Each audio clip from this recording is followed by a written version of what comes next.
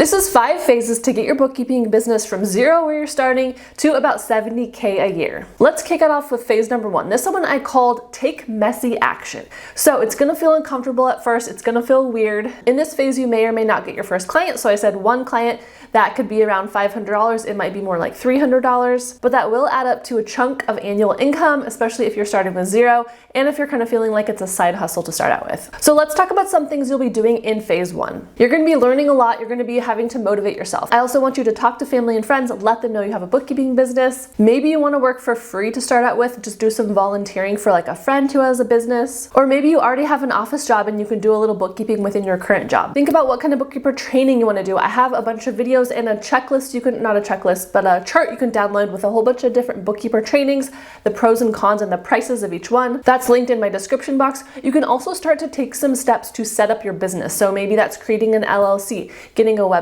And I do teach a class that's $150 that helps you set up your bookkeeping business in 30 days. It's called Bookkeeper Business Coach. So that is linked in the description, I'm pretty sure also. Or you can find it on my website, FinePoints.biz. But you don't even need someone to like walk you through the process. I did it by myself, so you can definitely figure it out. Oh yeah, and if you want the free mini version of that class, I have a free checklist you can download. So I have a ton of resources, as you can see, for new bookkeepers. This is kind of like my bread and butter and like why I started this channel, because I felt so alone when I first started bookkeeping. And I was like, I really wish there had been someone there to kind of help me out. So this is all in phase 1. You're gonna feel all the time like you don't know what you're doing, you don't know what to do next, and that's okay, that's normal. And also do have that bit of self-awareness and say, am I enjoying this? Do I really want to be a bookkeeper? Because this is kind of your time to evaluate that within yourself. All right, let's unveil phase 2. This is all about marketing. Say it with me, marketing. I'm guessing it's probably not your favorite task as a bookkeeper, but it is important to get clients, right? So for this stage, I said you have up to 3 clients and you make about $1,000 a month, which of course annually is $12,000. So then you can start to see, oh, I can actually start doing something with this side hustle income that I'm making. For this marketing phase, you really have to get out there. You can do this online or in person. So first, let's talk about in person. I made it a goal for myself to have 2 to 3 chats or interviews or phone calls or maybe coffee shop like little informational interview dates. Have 2 to 3 of those per week when I was really trying to hustle and get clients. It can be really tiring, really draining, but I promise you there's people out there who want a bookkeeper. You just have to make sure that they somehow get connected to you. So you can join local business groups. Like actually a chamber of commerce in your city is a really underutilized, in my opinion, resource that you can use as a networking group. You can pay for BNI groups, and you can also work online to do some of these same things. So if you join the right groups in Facebook or LinkedIn and really start getting to know those people and setting yourself up as an expert who knows what they're talking about when it comes to bookkeeping, people are gonna wanna reach out to you, gonna wanna network with you, and eventually gonna wanna hire you. And if you wanna dig more into marketing, I have tons of videos on my channel. I have a free little masterclass that is how I got my first 3 clients, like my real first 3 clients. I talk about how I got them, how much they paid me, etc. And then if you want to invest a little money and get some more help, I have a class, Bookkeeper Marketing Coach, that is under $400 and really goes into detail about how to get bookkeeping clients. I promise this video wasn't designed as a commercial for my classes, but I made them truly because I saw a need out there for these different things. So setting up your business, getting clients. That's what you guys were wanting to learn more about. All right, phase 3 is fine tune your systems. This one's actually pretty fun. So in this one, I have you having 7 clients and making about $2,000 a month or $24,000 a year. And I know you're gonna have a couple follow-up questions about this in general, so I'll address those now. So first of all, how long is this gonna take? This honestly can take as fast or as slow as you want. I'd say probably the quickest you can do it is maybe 2 years. For some people, it'd be more like 3 to 4 years. And of course, it depends on what your goals are for your bookkeeping business. So I've always done it part-time as a side hustle, and that is just where my life is right now, and that's what I want. And this video is kind of inspired by 3 other videos that you guys really like, so I wanted to present the information in another way. So this one has kind of all the phases, but it doesn't say the years. So if you look up this thumbnail, it is why my bookkeeping business is successful, and then I start like the first year, and then I go to year 1 through 5, and then I go year 5 to 10.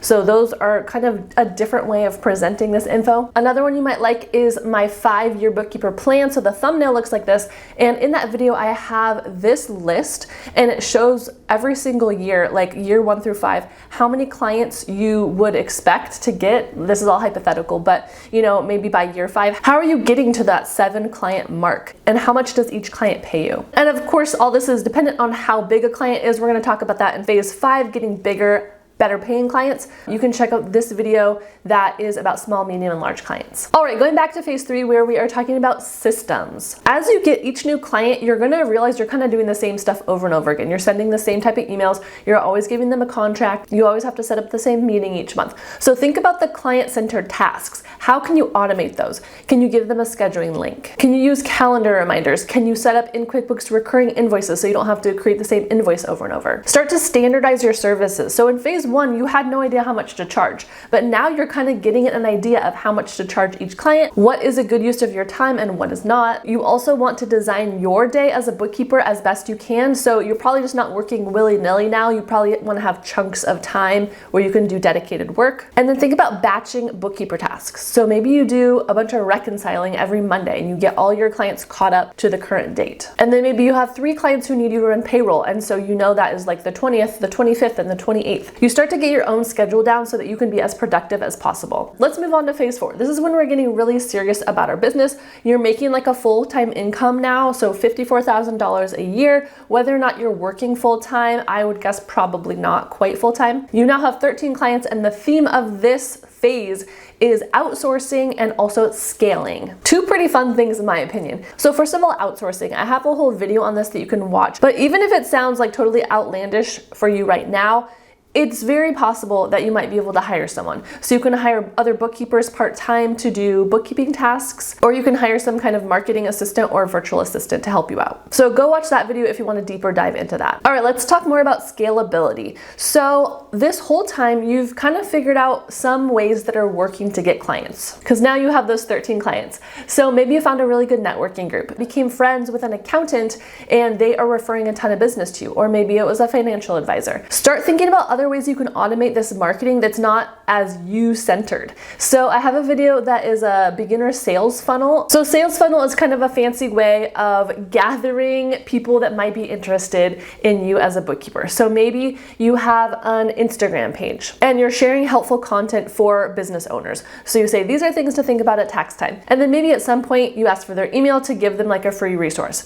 And then you send them some newsletters with more truly valuable content. And there's all these connection points. Though at the beginning they'll be automated, and then maybe at some point you can reach out and say, hey, do you have any questions for me? Or maybe you'll ask, do you want to meet up and chat about bookkeeping? Or maybe you have like a really low stakes offer, like I'll do a bookkeeping consultation, like an hour, I'll look at your books, give you my advice. So that's an example of scalability within marketing. Also think about how you can scale other things. So maybe your current clients that you have, maybe they're interested in additional services. So you can design some kind of tiered system where they can, pay a little bit more and get more. That's also called like different like pricing packages. Think about the clients you already have that you're doing a really good job for, and how else can you fulfill their needs. And then we've made it to phase 5, and this is be very specialized and very profitable. So first of all, let's talk about specialization. I kind of forgot to mention it in the other phases, but probably starting around like phase 2, I want you to start thinking about which clients you enjoy working for, which industries, and which ones you don't prefer. Think about your own experiences before bookkeeping. Do you or maybe some close family members have any experience in a certain industry that you already know some stuff about, so that will help you be a bookkeeper in that industry? Think about which size of clients you find the most enjoyable, because in my experience, a really small client feels a ton different than like a very large client. And over time, it's definitely possible to be like the go-to bookkeeper for this industry. And that's a really good spot to be because it makes it easy for people to recommend you. At this point, you might even need to build like an application process to make sure clients are a good fit. Maybe you have a waiting list, or maybe you do some more of what we talked about earlier, hire some bookkeepers to help you out. Oh yeah, and in phase 5, I forgot to read out all the stats, so I'll put the graphic again on the screen. So in phase 5, I have you making up to $6,000 a month,